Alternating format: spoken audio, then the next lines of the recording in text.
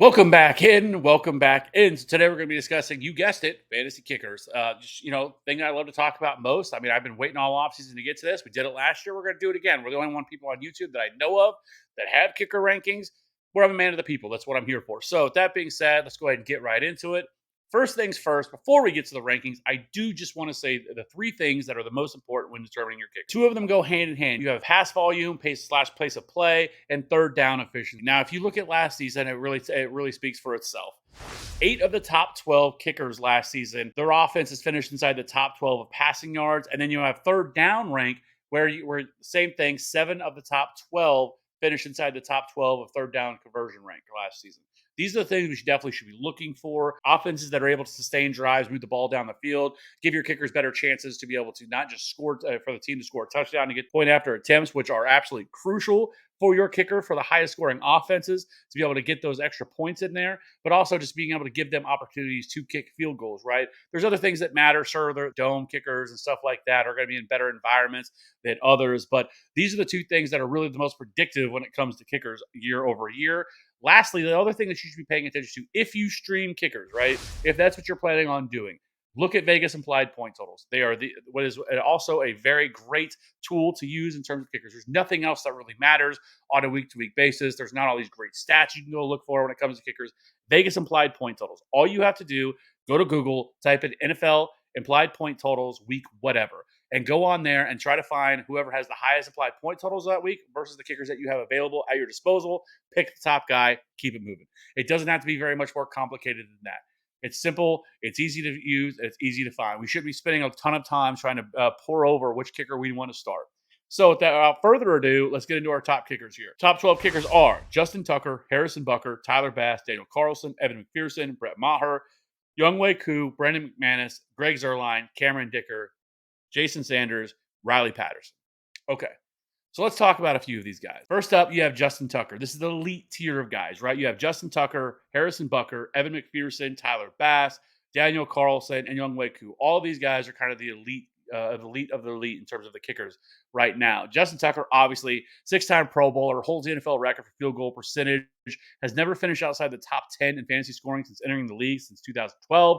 And Tucker recorded a career high 14 field goals of 50-plus yards last season, converting 9 of them. One of those was a 66-yard game winner in Week 3 versus the Lions that set the NFL record for the longest field goal. The problem is, I'm never going to advocate ever to take a kicker before the last 2 rounds of your fantasy draft. If you want to take Justin Tucker in the second to the last round, he's sitting there, whatever, maybe nobody's went kicker yet, fine, do so. I don't mind that. But past that, there's always going to be somebody in the 13th, 12th, 13th round that's going to grab Justin Tucker because they think it's some sort of advantage. It's not. Justin Tucker last year was a top 3 kicker, but the difference between the kicker 1 and kicker 12 is like less than 2 fantasy points per game. It's just not worth it. There's no real reason. They're not getting some huge advantage on a week-to-week basis by drafting Justin Tucker over another guy. Yes, I do think that offense for Baltimore is going to be more pass heavy this year. I think with Todd Monken involved, they're definitely going to be throwing the ball more, which is good news, which we talked about. But Justin Tucker is a player that you're just likely you shouldn't be drafting unless he just happens to fall. No one takes a kicker, and you're happen to take him there because never take a kicker for the last 2 rounds of your fantasy draft ever.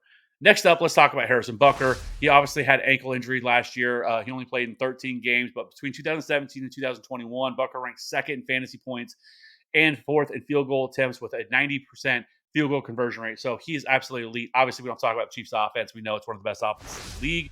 Evan McPherson burst onto the scene with 9.2 fantasy points per game and a top 10 finish as a rookie in 2021. Unfortunately, took a little bit of a dim production last season, registering only 7.6 fantasy points per game. Part of that was nearly a 5% dip in his extra point percentage. So that obviously hurts. Extra points are crucial in terms of kickers on a week-to-week basis. Obviously, the better the offense to be able to score touchdowns is going to be super important. Like we already talked about with third down rank, we want our teams to be able to sustain drives, be able to give our kickers more opportunities to be able to kick.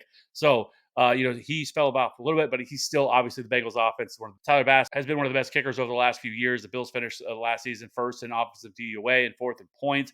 There's no reason to expect the Bills probably to slow down at all this season. So really like Tyler Bass. Obviously, Daniel Carlson, I mean, he's been one of the, just goats. And honestly, the thing that I have a little bit lower than I probably should is mainly because I really don't know what to expect from this offense this year with Jimmy Garoppolo at quarterback. He is healthy, so that is good news. But, I suppose this offense probably can't get much worse than what it was last season. with Derek Carr. Not that the offense was terrible; they were top 12 in both those statistics that we've been referencing. But we'll just have to wait and see here how this is going to play out. But since 2012, Carlson has led NFL kickers in field goal attempts and fantasy points, and all while ranking third in field goal percentage among kickers with at least 20 attempts. So there is a lot to like with Daniel Carlson, but like I said, he's just a little bit lower, mainly because I'm just not as high on this offense. And then Younghoe Koo has been fantastic since entering the league. This Falcons offense was very good last year in terms of third down conversion rate. They were top 10 last season in that statistic.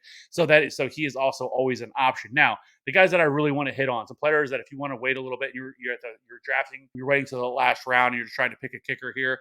Here are some kickers that I would definitely be looking to target. First up, you have Brett Maher. He recently signed with the Denver Broncos. The Broncos offense is going to be better this year with Sean Payton as the primary play caller. Obviously, the head coach. I think Russell Wilson takes a step forward this year, bounces back. But Brett Maher last year was really good. He was actually first in fantasy points per game last season with the Dallas Cowboys. He was ninth in kicker accuracy. He was 10th in field goals 20 to 29. He was also fifth in field goals of 50 plus yards. He went 9 for 11. He was also 19th in extra points. Now, I think that actually would have been higher had Dak Prescott not missed multiple games last season as well. But Brett Maher was really good. He kind of got the yips in the playoffs last season. That's why he is no longer with the Dallas Cowboys. But obviously, kicking in Denver is one of the best environments you can get, kicking that elevation. So it used to be Brandon McManus that we always loved every year. Now it's going to be Brett Maher. We know he has a cannon with a 9 for 11, so he's going to get plenty of opportunities to kick the football. So I do think this is an offense that is going to be better this year as well. So I do like Brett Maher. Next up, you have Cameron Dicker. Now we're going to have to see who's going to win this job because Dustin Hopkins is still there. But it sounds like from everything that I've seen, everything I've looked up, Cameron Dicker does look like he has the inside edge to being the starter once week one comes. Now, his kicker actually was first among all kickers last year. Nailed 95% of his kicks last year. The only downside a little bit with him, now this is on a short sample size because he obviously didn't kick for them all year, but he didn't get any opportunities in terms of the 50 plus yards. He only had one shot at it last year, and that is a little bit concerning. But other than that, he was great in everywhere he did. Even the 40 for 49, he went 7 for 7. But the other thing too with Brandon Staley is also just how reckless he can be with going forward on fourth down, which can hurt your kicker a little bit too. Take some points off the board. But this offense should be super explosive this year with Kellen Moore now calling plays. And this team last year, regardless, was third in passing yards, eighth and third down conversion rate last season. So those are two positives. And then Kellen Moore coming in is definitely not going to change any of these things and how much they throw the ball. Kellen Moore loves the ball and he loves pace. So this team is going to have plenty of opportunities. So Cameron Dicker, as long as he wins the job, and really honestly, if Dustin Hopkins wins the job, he should definitely be on this list as well if he does, because I think whoever the kicker is for the Chargers, I want. I think either one of those guys are more than capable kickers. So I do like that. And then next up, let's talk about Riley Patterson. He kicked for the Jaguars, previously did kick for the Lions, and he decided to come back to the Lions this year. I'm not really sure why they didn't really keep Michael Badgley, but regardless of that, Michael Badgley is gone, and it's now Riley Patterson back to kick for the Detroit Lions. And last season, Riley Patterson was solid, but his current ADP right now is kicker 14. He was 11th in fantasy points per game last season. 85.7% kicker accuracy, top 12 in every distance outside of field goals of 50 plus yards, but he still went 2 for 3. They just didn't give him as many opportunities. He was 11th in extra points last season. So there is a lot to like with Riley Patterson here. I love this offense this year with the Lions. They're definitely going to be throwing the ball a lot. I think this offense is going to be really good. This offense last season is very similar to what it was last year, but they were 7th in offensive pass yards and 14th in third down rank as well. So there's a lot to like here with this. Inside the dome, obviously always a plus. So Riley Patterson is also a good option. I think a few other guys we could talk about. Greg Zuerlein, who's with the Jets. Adding Aaron Rodgers is going to make this offense way better than it was last season. They have a ton of weapons here with Garrett Wilson. They added Allen Lazard. There's a plethora of wide receivers here. They also obviously still have Breece Hall. So there's a lot to like here with this offense. So I do like targeting Greg Zuerlein as well. The other one is Brandon McManus. He went from Denver down to Jacksonville. So now he is now the Jaguars kicker. And we just talked about what Riley Patterson was able to do last year with the Jaguars. So I think he's kind of a lock as well to be a top 12 kicker this year. This offense is going to be fantastic here in Jacksonville. I think it's pretty safe to say the Jaguars, especially with getting Calvin Ridley, Christian Kirk is still there, Zay Jones, Travis Etienne, Evan Ingram. There's a lot to like here. This offense is going to be really, really good.